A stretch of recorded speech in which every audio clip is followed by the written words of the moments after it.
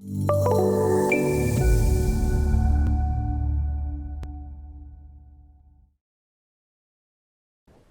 going to go ahead and share my screen here.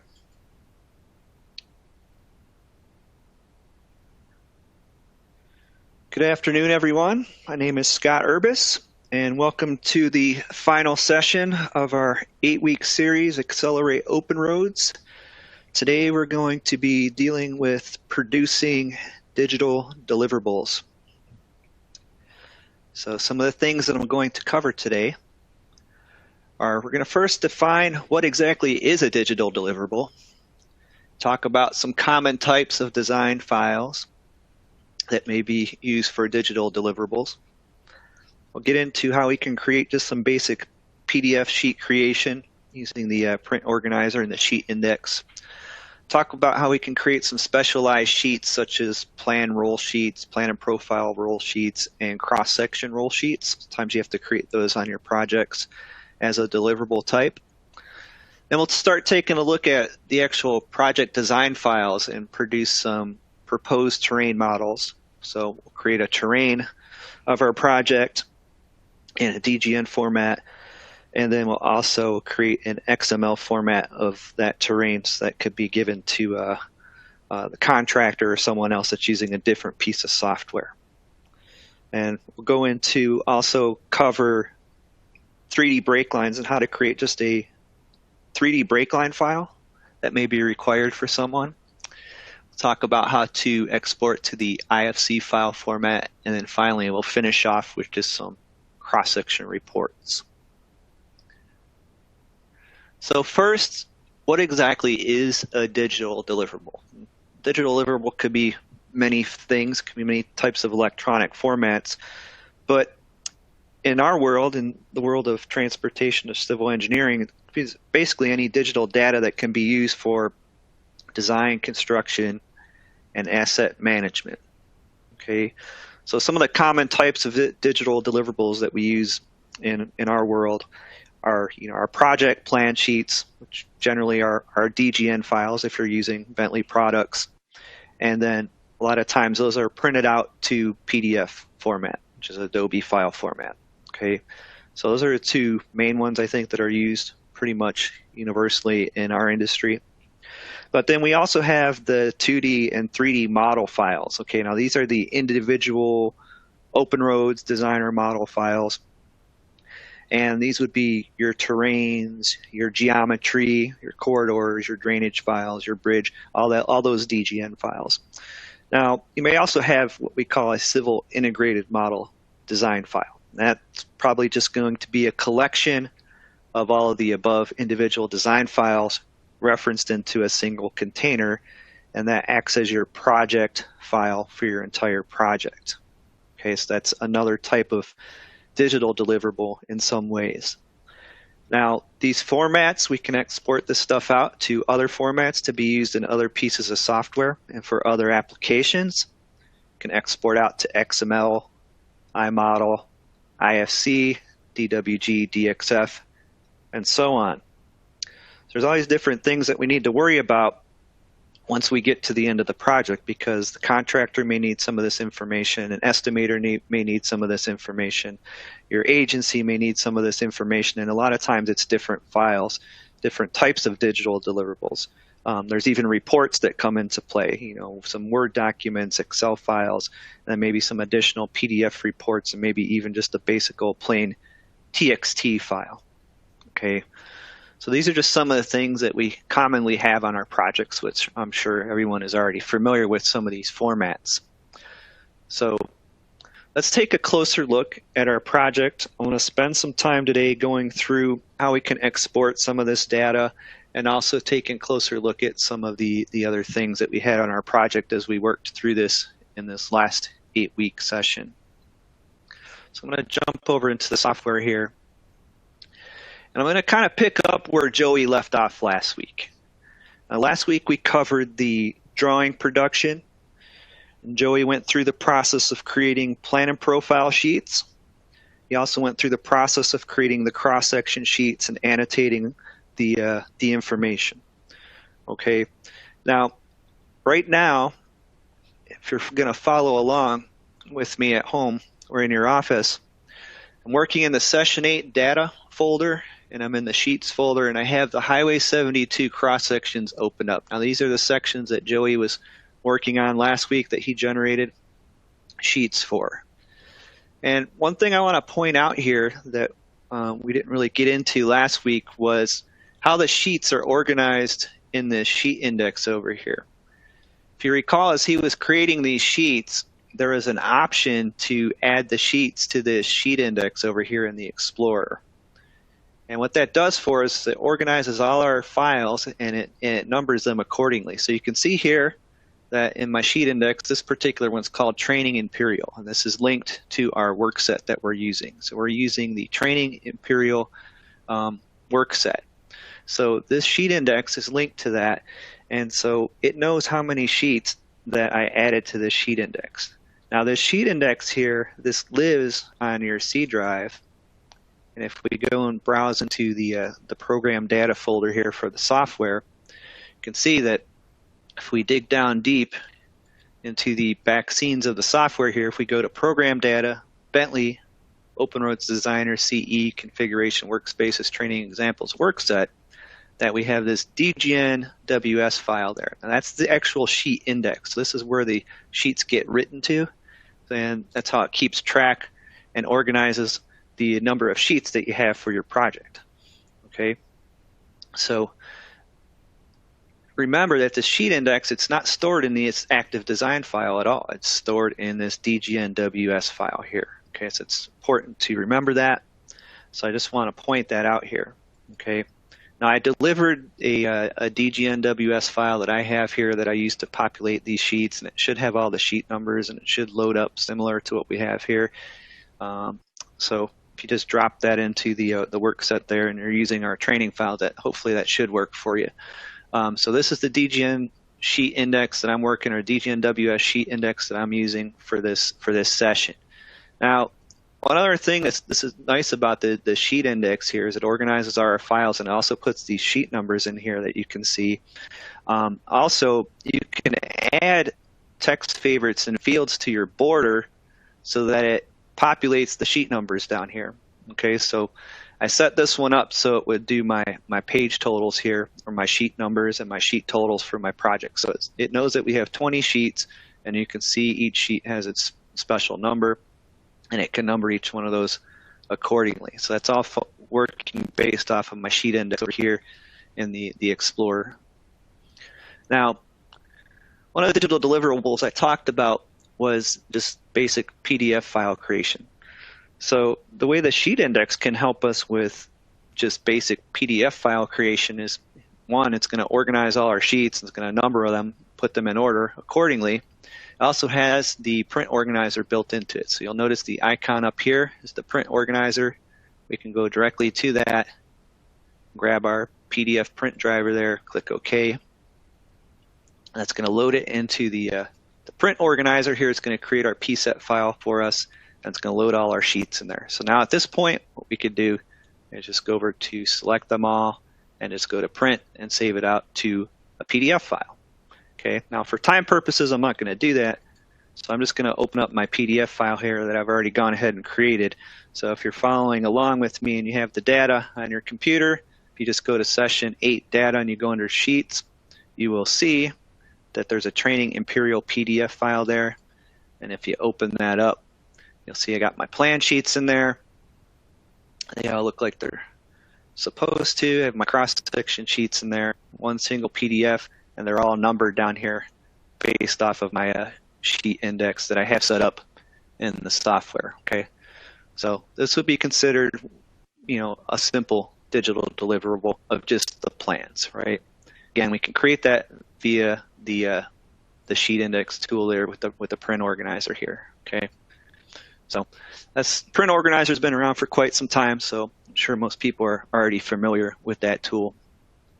So the next thing I want to talk about in regards to digital deliverables, and maybe some people will argue if this is truly a digital deliverable or not, but it's just creating like role type of plots. I think a lot of the demos you typically see from us, and even in some of the training material, we just typically are doing individual sheets, right? But sometimes you may be required to do like a roll plot for a public meeting, or if you're going to sit down with your design team or the contractor to work on some design issues or whatnot. A lot of times you may need a roll type of plot for cross sections or for plan and profiles or whatever. So the first example I want to do here of creating a roll plot is I'm going to go and create some stacked cross sections or some roll sections. Okay, so I'm going to go over to my Session 8 data here. I'm going to go into Sheets. I have a file here called Highway 72 Cross Section Stacked. I'm going to open that up, and we're going to create some stacked cross sections or roll cross sections. Okay, so here's my file. I already have my necessary reference files attached. So if you were with us last week and you went through the process of creating the cross-section sheets, you'll understand that this is basically just a blank file with all my necessary references attached in my 2D and my 3D view. Okay, so what we're going to do is we're going to create some cross-section named boundaries, and we're going to create just a roll set of cross sections. So instead of putting the cross sections in a bunch of different sheet models, we're going to throw them into one sheet model, and you can use that for like a roll plot of your cross sections. Okay, so I'm just going to go through the process that we've been using for creating sections. So make sure you're in the Open Roads modeling workflow. Under Drawing Production, we're going to go over to the Name Boundary tool. Select Place Name Boundary. It's going to load up our Place Name Boundary Civil tool here, and we're going to come over to Civil Cross Section. Okay, now at this point, the drawing seat is going to play a critical role in how the sections get created in this fashion. Okay, I have a special DGN library, sheet library setup or sheet seed setup to do these stacked sections. Okay. Now I've delivered that with the data set. You're going to have to drop that into your sheet seed folder here in the in your workspace. Okay, if you want this to work, so you'd have to go to Organization Civil Default Standards, DGN Library, and then down here in the sheet seeds, you want to drop it into here. Okay, so you'll see there's a stacked. There should be a stacked one in here, okay? So, and I've included a README file in the zip file that tells you where to put all this stuff, okay? So, I'm going to choose the drawing seat as stacked because that's going to set my settings for me to do my stack sections. I'm just going to go through, I'm going to follow the prompts. So I'm going to identify my path element, that's going to be our center line alignment, where I want to create these cross sections along. We're going to start at 505 plus 10. And we're going to go down to 543 plus 00. Okay, so I'm going to set that up. Left and right offset will be minus 125 and 125. Interval will be 100. Vertical exaggeration will be 1. Top clearance will be 15. Bottom clearance 5. Elevation datum 1. Okay. Toggle on Create Drawing. Show Dialog. Now I'm just going to left click a couple times here. It's going to place the name boundaries in my file. Okay, so you'll see the named boundaries show up in my 3D model over here. So that determines the cross-section station location and the interval between each cross-section name boundary. And these are going to slice through the 3D model information and create our cross-sections for us. Okay, so again, I'm using the excess stacked drawing seed. That's what's going to give us more of a roll or stacked cross-section plot here. Okay, so once we do that, I'm going to go ahead and click OK. It's going to go ahead and do a little bit of processing. It's going to read all those name boundaries in the model. It's going to slice through the model, create some other drawing models for us at those particular stations where those named boundaries exist. And then we're going to end up with one sheet model with all the cross sections in it in more of a roll plot or a stacked fashion. So it's very useful again for just, when you're working in the early stages of your project, just trying to get an idea for what the project looks like from a cross-sectional standpoint. Also good to figure out if the project's more of a cut or fill type of project as well. So it's going through, it's not only creating the sections, it's also annotating them as well. It's throwing the grid on there, it's doing all that. So that's why it takes a little bit of time sometimes to process this. You don't have to have it annotate. This particular case had all the annotation turned on, so it will take a little bit more time to process these sections. So once it's done, it's going to open the sheet model here.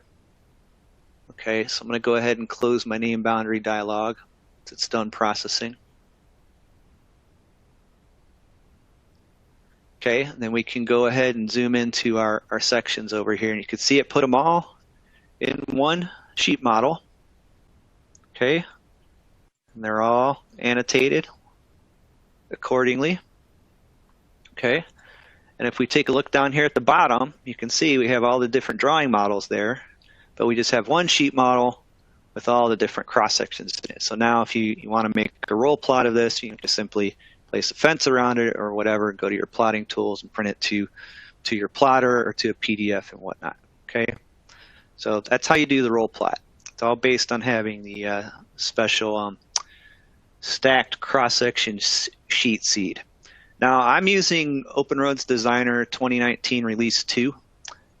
So I had to make that custom, but in the next version of the software that's coming out, we will deliver that with the software so that you can do this by default without having to have this file that I'm giving you for this version. Okay.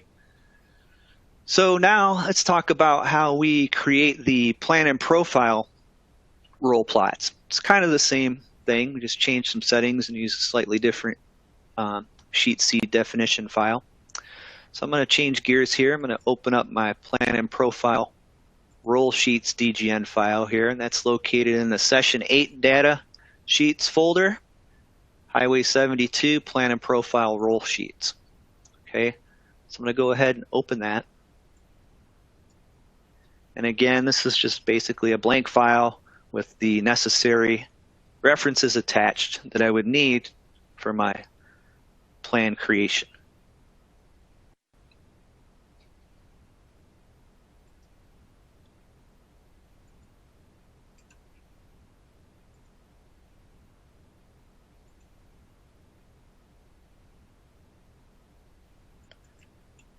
Let me change my views here. Actually, I need to open up my profile view.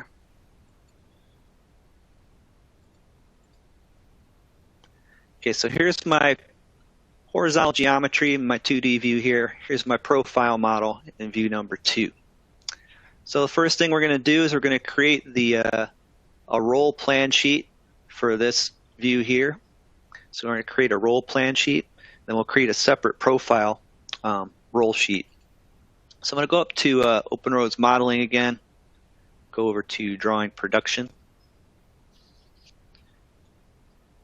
go over to our Name Boundaries tool here, and I'm going to create this at 100 scale, so I'm going to change my annotation scale here to 100. Go to my Place Name Boundary tool, select that, brings up our Name Boundary tool again. This time we're going to be doing a plan, so we're going to select the civil plan icon. And for our drawing seed, we're just going to select the NCD plan. We're not going to do a plan and a profile. We're just going to do one plan on a big sheet. Okay, I'm going to change my detail scale to 100. And then I'm going to come over here and identify my path element. I'm going to key in some values here for the length of my name boundary that I'm going to create along my alignment, as well as my offsets. I'm going to use 300 to the left, 300 to the right.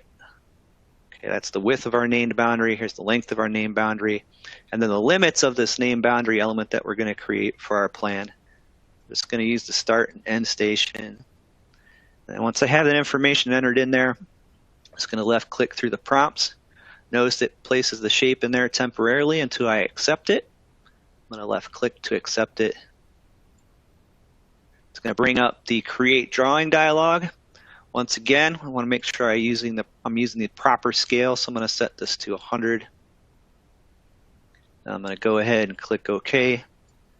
That's going to go ahead and create just a plan for us. Now, right off the bat, you're going to notice that the border is obviously not the right size, and that's because I'm using just the standard 34 by 22 inch sheet border. Okay, well obviously this is bigger than that, so what I'm going to do is I'm just going to delete this border here that gets drawn in here, and I'm just going to expand the size of my sheet boundary here in my sheet model. Okay, so it's going to go up to the sheet boundary here under drawing production. I'm going to select that. You can see right now it's just using ANSI D sheet size 22 by 34. Again, it was coming from the sheet seed that I selected, which was the ANSI D plan. I'm just going to change this to custom. It's going to allow us to adjust the width of this sheet. Change it to something like 55. It's going to extend out the sheet border there, and now we're able to plot this as a roll. Now, we could also reference in a border if we want to put a nice border on it, or insert a cell as a border as well. So we do have that option if you need that. So that's very simply how you can create a roll type of sheet. Now from here, again, to create the PDF, you can just go over to the Backstage view and just say print and send it out to a PDF file. Okay, so let's go back to the multi-model view here. Let's go ahead and create a roll plot for the profile. Okay, so we got our profile model over here. Okay, so it's going to be a similar process. So I'm going to go back to drawing production. Go to place name boundary once again. This time we need to toggle this to civil profile. Select the drawing seed that's just called ANSI D profile. Let's select our drawing scale and set that to 100 as well. Our method we're going to use here is station limits. And then we're going to key in some settings here. So my length, I'm going to set this up to be 5,000 again.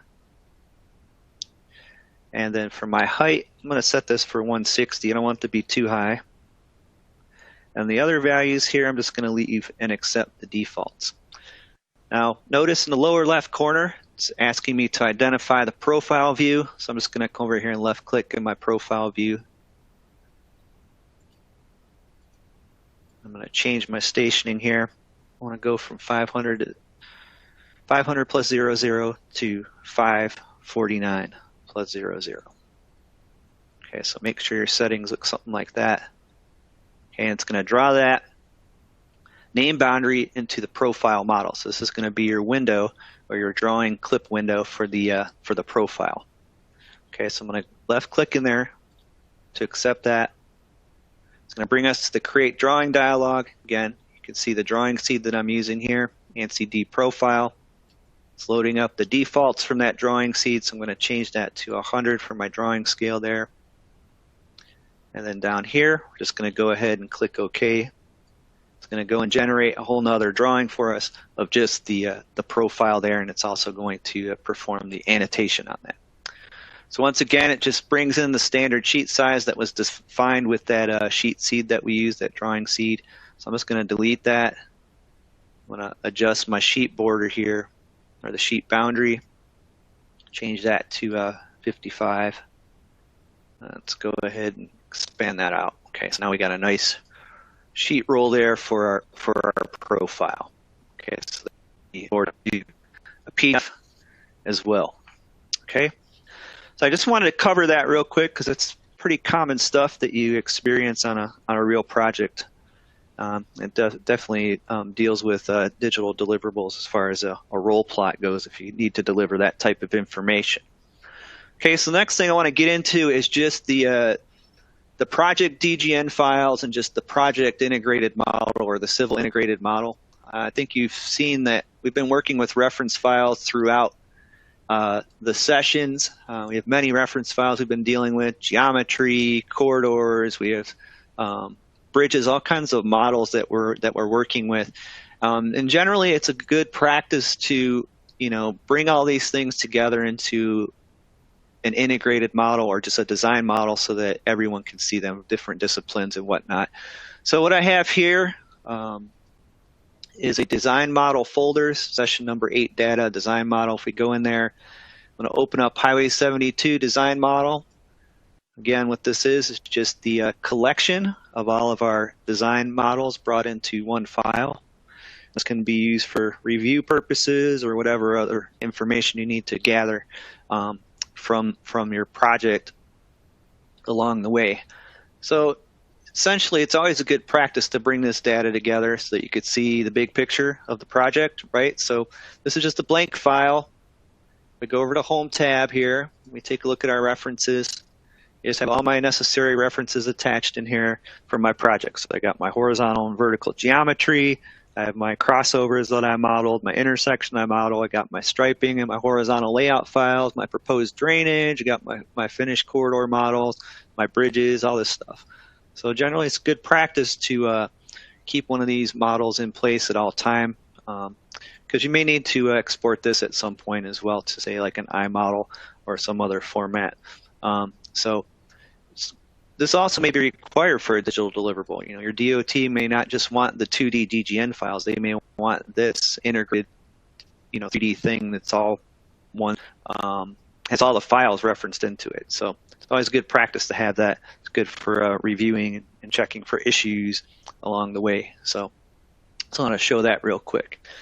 So one of the other big common deliverables as far as the data goes is a proposed terrain model. We talk about existing terrain models, which is generally your survey data. So I want to get into now how we create a proposed terrain model from all this stuff that we've been creating over the last several weeks. We've created this mainline corridor. Joey went through and created the intersection. He designed the intersection. He designed the crossover. I spent a session doing all this grading around the bridge abutments and whatnot. But at some point, somebody needs a terrain model. Generally the drainage engineer is going to want a proposed terrain model for surface purposes, and you may want to see proposed contours and all that. So we need a terrain model to do that from all this data. Contractor may also require a terrain model for machine control purposes or to bring into his software. So that's where I want to go with this next. I want to take a look at how we generate a terrain model from this data that we've been dealing with the last several weeks. So I'm going to go over to browse to my terrain folder. So I'm going to go to terrain here. I have some files set up here, and I think I'm going to start off in the most basic form of creating the terrain. So I'm going to open up this file here called Highway 72 TM Mainline Back. Okay, and I'm going to take a look at this and explain why I did some of the things that I did. There's multiple ways to handle this. Now, our project has a bridge, okay? So it's basically there's a gap between the two areas of the project, okay? So we have basically a back portion, leading up to the bridge, and then we have an ahead portion that's in front of the bridge. Now, when we go to create a terrain, you can't create a terrain of all that information at once because we have this bridge grading that's underneath the bridge, and we'd end up with all kinds of messy triangles and things like that because we can't have vertical faces. So what I went ahead and did here is I took our corridor that we had created initially, and I just saved it off into two different pieces, and I referenced it into this 3D file here. Okay, so what you see here is a 3D file, okay, and I referenced in just the first portion of our corridor, which I called Highway 72 Corridor Mainline Back. I also referenced in the crossover and the intersection files as well. Okay, so what we're going to do here is we want to interrogate this corridor information and build a proposed terrain model from it. So there's a few different ways we can do this, but I'm going to choose the most simplest way to do it first. So I'm going to go over to the terrain tab here. I'm going to use something called the graphical filter. Now notice right now I have all the levels turned on in my corridors that are attached. Okay, the components are on, the features are on, everything's turned on, right? So what I want to do is I just want to create a terrain model of basically just the top features, okay, the top linear features. I don't care about the stuff underneath. Maybe for this particular project, all they want is the top finished grade, okay? So I'm going to utilize this graphical filter to go in and read the top finished features from my corridors and my intersection and whatever 3D information that I have defined attached to this file, okay? Now, when you create terrain models, you typically want to be in a 3D file, so that's why I'm in 3D right now. So just straight up 3D file. If I come over to my design models here, see it's just 3D. Okay, I'm not dealing with anything 2D here. Okay, so go to terrain from graphical filter, and then we have these filters that are set up and already delivered with the software. Okay, so we have one set up here that's called proposed finished grade, and there's a whole host of them here that you can use, and they're very useful. Okay, so most of these are set up based on feature definitions, and the feature definitions that are displayed from the corridor and from the templates. Okay, so I'm going to choose the one that's called proposed finished grade. Okay, now if we were to take a look at this filter, I'm going to select the terrain filter manager here. We come over here. Okay, I select proposed finished grade, and you can see it has some additional filters that make up that particular group. So this proposed finished grade is actually a filter group of individual little filters that exist down here. Okay, so these filters are all looking for specific feature definitions to be included in this terrain model that I'm going to create. Okay, so I'm going to create a top finished surface from all of my corridors and intersections and whatever else I have referenced into this file. Okay, so if I go to the edit filter tool here, you're going to see that my civil features that are going to be used are shown over here on the right. So these are all the different features that it's going to be looking for in my file. Okay, so I just want to show how that's set up. So I'm going to close that. Okay, so I've selected my graphical filter called proposed finished grade. Now, before we even run this, we could do a preview to make sure that it's selecting the right things, or it's going to select the right things. So I'm going to select preview, and you'll see that it highlights the longitudinal features in the model. Okay, so you can see it's like, looks like it's grabbing what it needs to grab to build a terrain, right? So I'm happy with that. Now at this point, we want to do these options here on how we want the terrain to be displayed once it gets created, as well as the name. So I'm going to give this a name of Highway 72, and we'll call it back since this is the back terrain model. And it's going to left click through the options, a data point to accept, and it's going to go ahead and build those triangles for us.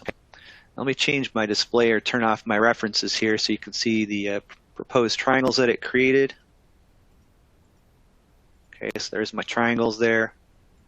If I want to see the contours, just select the terrain model, change your feature definition to maybe proposed contours, you get something like that. Okay. You can change the display style. When I had this open initially, I think I have this set for transparent. So if you want to see a slightly different look, set it for wireframe, and now you can view your contours like so. Okay.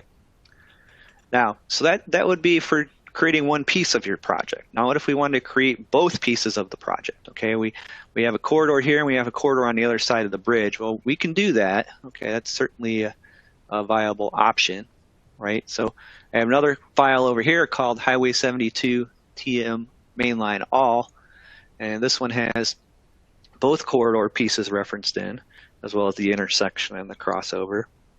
Now we can utilize that same tool again. Now in this case, I have my components turned off. What you're seeing here is just strictly the 3D break lines from the corridors. So we could create a terrain from this as well. Now keep in mind we do have a gap in between here, so we will probably end up with a big triangle or two between the two elements there. So I'm going to go back to terrain, and we'll go back to the graphical filter once again. Again, it's the same process. I'm just going to grab the proposed finished grade, do a preview on that. It's going to highlight my graphics in my file. Call this one Highway 72 Mainline.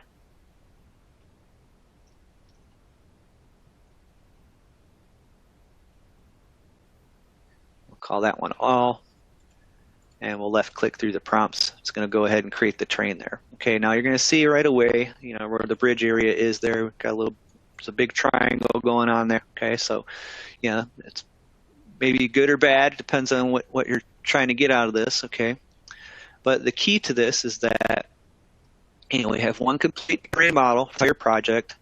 Now this could be used for your drainage engineers could take this now and use it for their drainage purposes. They can analyze their contours for drainage purposes. And in addition to that, if the contractor wants this information or someone else wants to use this information in another piece of software, then we can export this out to a different format. Okay, so we can export this out to many different formats. So if you just select the terrain model, you just select it, just hover your mouse over there until you get to the context menu here. We have some export options. Okay, we can send this straight out to land XML.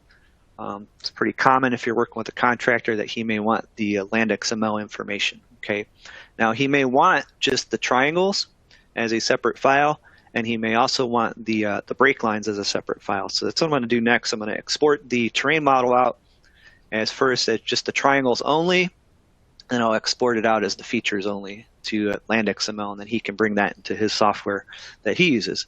Okay, so the first option here, I'm just going to give it a name. I'm just going to call it triangles or surface, whatever you want to call it. I'm going to say export triangles only, and I'm just going to go through the prompts here. Highway 72, export triangles only, and then I'm going to give it a name, Highway 72 triangles. I'm going to put that in the construction folder because this is for construction. So I have a construction folder set up here. So this is going to be the files that I'm going to use to send out to my contractor if he needs them. Okay. So I'm going to go ahead and click save on that.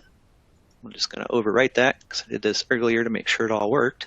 Okay, so now my triangles are written out to that XML file. So now I'm going to come back here again, okay, because this is how he requested the data from me. Now I could put both in this file if I wanted to. You can see there's an option to do both, okay? But I'm going to do it separately. So I'm going to say export features only. He may want the features only for whatever reason. Okay, so I'm going to call this one features.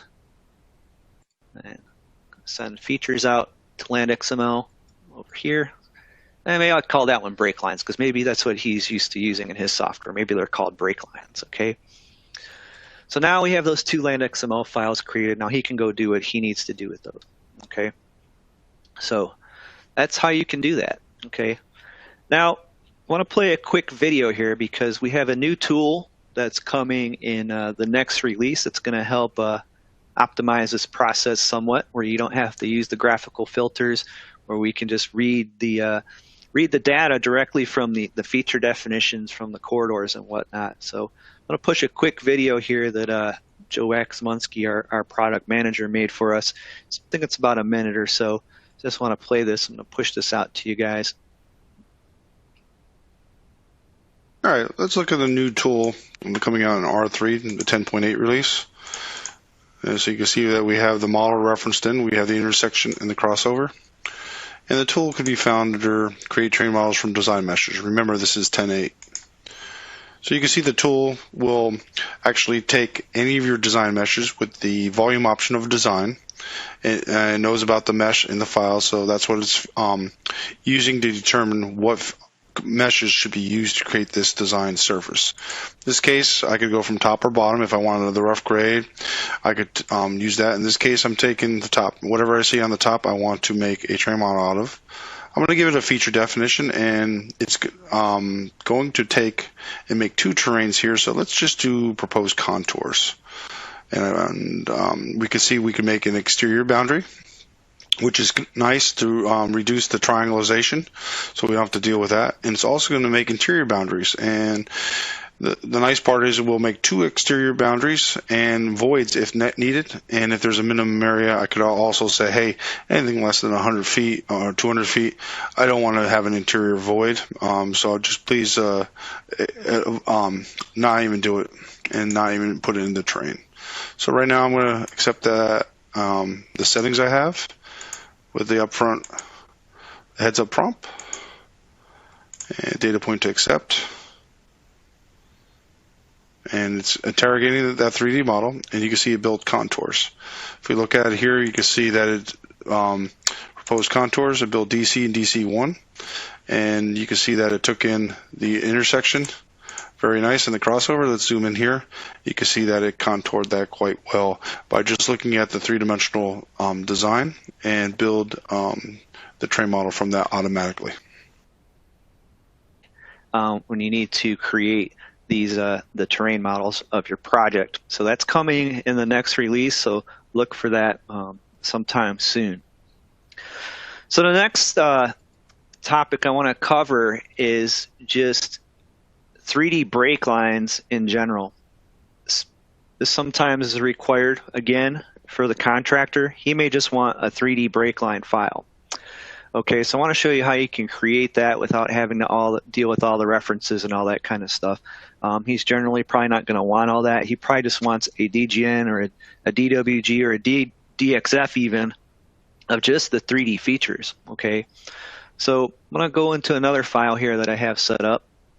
I'm going to go back to my terrain folder here. This one's called Highway 72 3D Model Features. Again, similar process to set up this file. It's just a 3D design file with my corridors referenced in. I just turned off my components and I only have the features that are displaying on the top finished surface. Okay. Now, since we're talking about break lines, sometimes it's necessary to add some additional line work to your terrains when you're creating terrains. Okay. Now, in this case, in this file, I actually did that. Since you're passing this off to the contractor, and you're ultimately responsible for some of this data, it's usually a good idea to give him the most accurate representation as possible. Okay. Now, sometimes with the corridors, we don't always get, we don't model transversely or linearly sometimes, okay, or in certain aspects. So we may need to add some additional geometry to our terrain or to our file that may not even be needed for our plans, but maybe the contractor needs it, okay? So like in this case, I just drew some extra line work in here, okay, because maybe he needs that for his software, okay? But just wanted to point that out that, sometimes you may need to add a few little extra pieces here and there to totally give them a 100% finished and accurate 3D break line file, okay? So again, got my files referenced in here. I've been working in 3D one more time. And what I want to do here is I want to generate just a 3D break line file, okay? This file right now just has a bunch of references attached to it, okay? And I probably don't want to merge that stuff in. I probably could just select these and say merge them into 3D, but I don't want to do that, okay? I'm just going to come over here. I'm going to save this out. I'm going to do a save as on it. This will give me the ability to save it into some different formats, okay? So my deliverable is not just DGN, but DWG or DXF. I can export this data out this way, okay? So I'm just going to export this 3D information to DGN. But as I do that, I want to strip out all the references and everything else, basically just going to merge it in, essentially. Okay, so if you want to do this with DWG or DXF, this would be the process. Okay, so I'm going to come over here, I'm going to go to Options, I'm going to go to my References here, and I want to look at my levels in view number 2, and I want to merge in all my references here. I want to make sure I merge in only the stuff that's displayed currently in my file. Okay, then I'm going to go to my filter here, make sure we look at everything. I'm going to toggle off my frozen levels. I don't want to bring those over. I want to bring what I see there. I'm going to go to my Models tab, and I'm going to say, okay, go into the 3D model and just give us a 3D model of just those 3D break lines, and that's all I want. Okay, so again, this could be DGN, DWG, DXF, whatever you need to give to someone. Okay, so I'm just going to click OK, and then I need to come over here and put this somewhere. So let me go to construction folder. Let's call it like 3D breaks. That's my completed file. If you see any files in the folder that say complete, those are the ones that I've already completed ahead of time. Those should be good to go. So I'm going to go ahead and click save. If I did everything correctly, that should generate that file for us, which just is dumb 3D break lines. References should be all stripped out, and just have break lines that we can give to someone if that's what they need. Okay, sounds silly that someone would want this, but I have seen this on a few projects, so just wanted to show how we could do that fairly easily.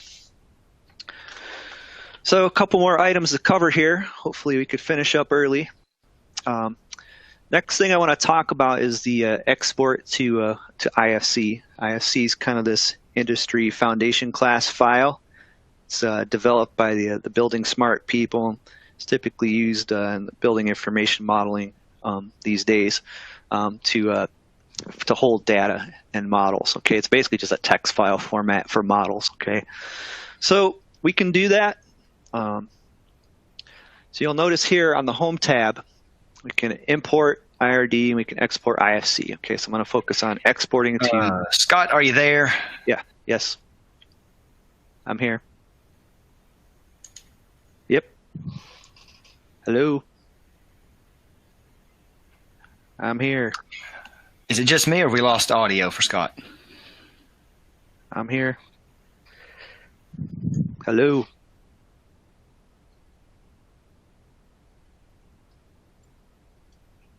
Hello. Hello.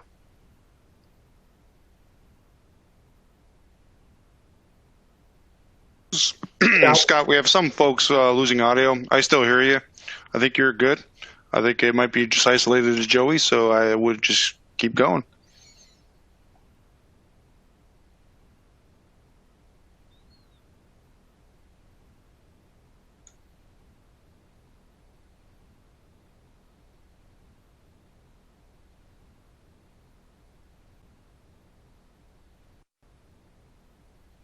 Hey, Scott, we cannot hear you now. I don't know if you muted.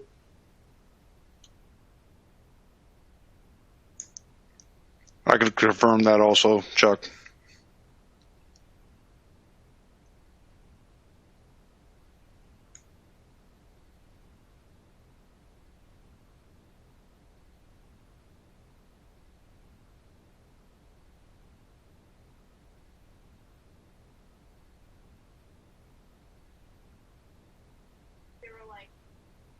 Thanks for your patience. We're just going to figure this audio out real quick for everyone.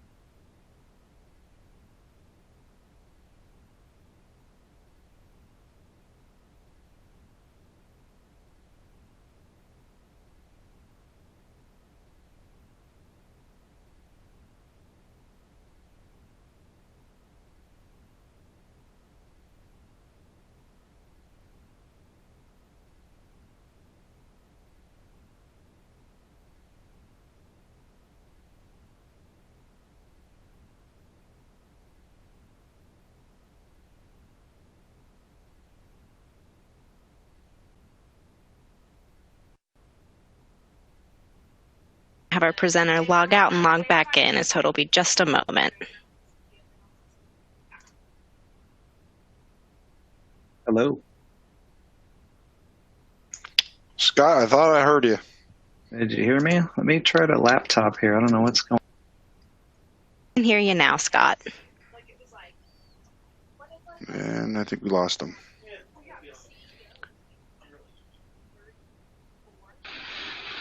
Oh, is that you, Scott? No, I think it's me. Is it you? It is you. All right, we're still working on getting Scott back here. What'd you do? Scott, we hear you.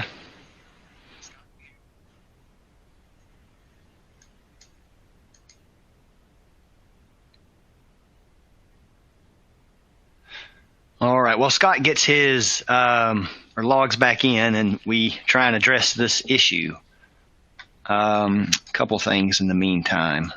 What do you want me to do, Joey? Are you back, Scott? I'm back. Can you Okay. hear me? All right. Carry on, buddy. I never left. I didn't do anything. We Can you hear me? No, we couldn't hear you at all. Yep, just start the share again, and I think we're... Yeah, we'll keep going. That is bizarre. Sorry about this, everyone. That's all right. Sorry about that. I don't know what happened there. Okay, so let's go ahead and create the IFC file. So I mentioned we're going to export to IFC. I'm going to do that by going to my corridor. So I'm going to go over to my corridors folder here, open up my finished corridor, We're going to export that to the IFC file format. Okay, so let's open that up. This is the same corridor I created back in session 3, I believe, is when we created the corridor. Okay, so there's our corridor file there. If we want to export this out to IFC to bring into some other piece of software, such as BIMvision, which I'll show, we can do that here. Okay, so we'll go up to Export to IFC, select that option. And we can do this by name boundary, so you could break up your corridor if you need to. So you could place some name boundaries in here if you needed to divide up the project and send it out in different chunks. You can do that by creating name boundaries. I don't have any name boundaries created for this particular example, so I'm just going to select the whole corridor and send it out to IFC. Okay, so it's getting all the meshes. I'm going to give it a name. I've already done this earlier today, so I'm just going to overwrite my file I have. And then basically what it did there is it read the information from the 3D model, sent it out to the IFC file. And then now if you want to take a look at that, I'm going to go over to my desktop here. And I'm going to take a look at it's a little program I have to view the IFC file called BIMvision. Okay, it's a free downloadable. So I'm going to open this up, and we'll be able to see what the IFC file looks like inside of BIMvision. Okay, and this is just the IFC viewer. I'm going to come over here and say open. I'm going to grab my IFC file I just exported out, open that up, and you'll see we have a pretty accurate representation of our model in another piece of software. Okay, so you can see here, it's our intersection that Joey did a few weeks back, and the crossover. See all the bridge grading that I did previously, and the whole model comes in pretty clean for the most part. Doesn't have a lot of nice, pretty colors to it, but at least we can get it in here if you need to do this type of thing. Okay, so that's the BIMvision for viewing IFC files. Okay, it's a free download, so go about there and Google that. You can get that and view your IFC files if you have need for that. Okay, so hopefully everybody can still hear me. Let's wrap this up. Last thing I wanted to cover, we're going to talk a little bit about cross-section reports. A lot of times people still require some type of cross-section staking report or some type of cross-section grade book.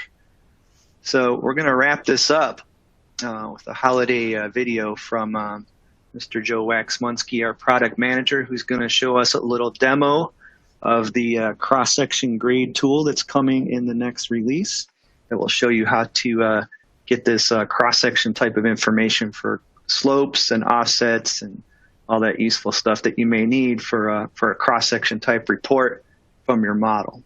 Okay, so I'm going to play a little video clip here. I'm going to push this out to you guys. I'm going to stop sharing, and then we'll come back and answer Q&A in a little bit. So it's just a short little video clip I want to show how to do cross-section report from the model. Okay, another new tool in 10.8. I want to create a grade book from where my cross-section name boundaries are based upon the three-dimensional model. So obviously I need to have some name boundaries. I'm just going to pick the geometry here, and I'm going to give it a start point here and end at the end. Accept, and we can see them draw in 3D space. And basically we're creating the where the snapshots for those sections would actually be located at. So now I'm going to go to the new tool, Civil Analysis, Cross-Section Report. It's going to ask me for a name boundary group. In this case, I have Highway 72. We'll just give it a data point.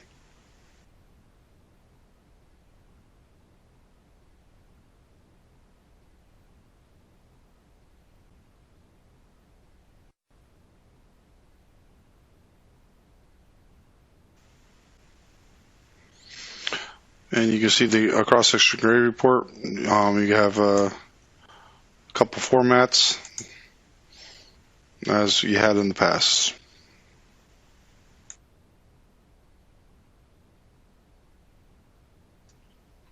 So there you have it. That's a new tool that's going to be available, a new report type for cross-section reporting purposes. in the next release.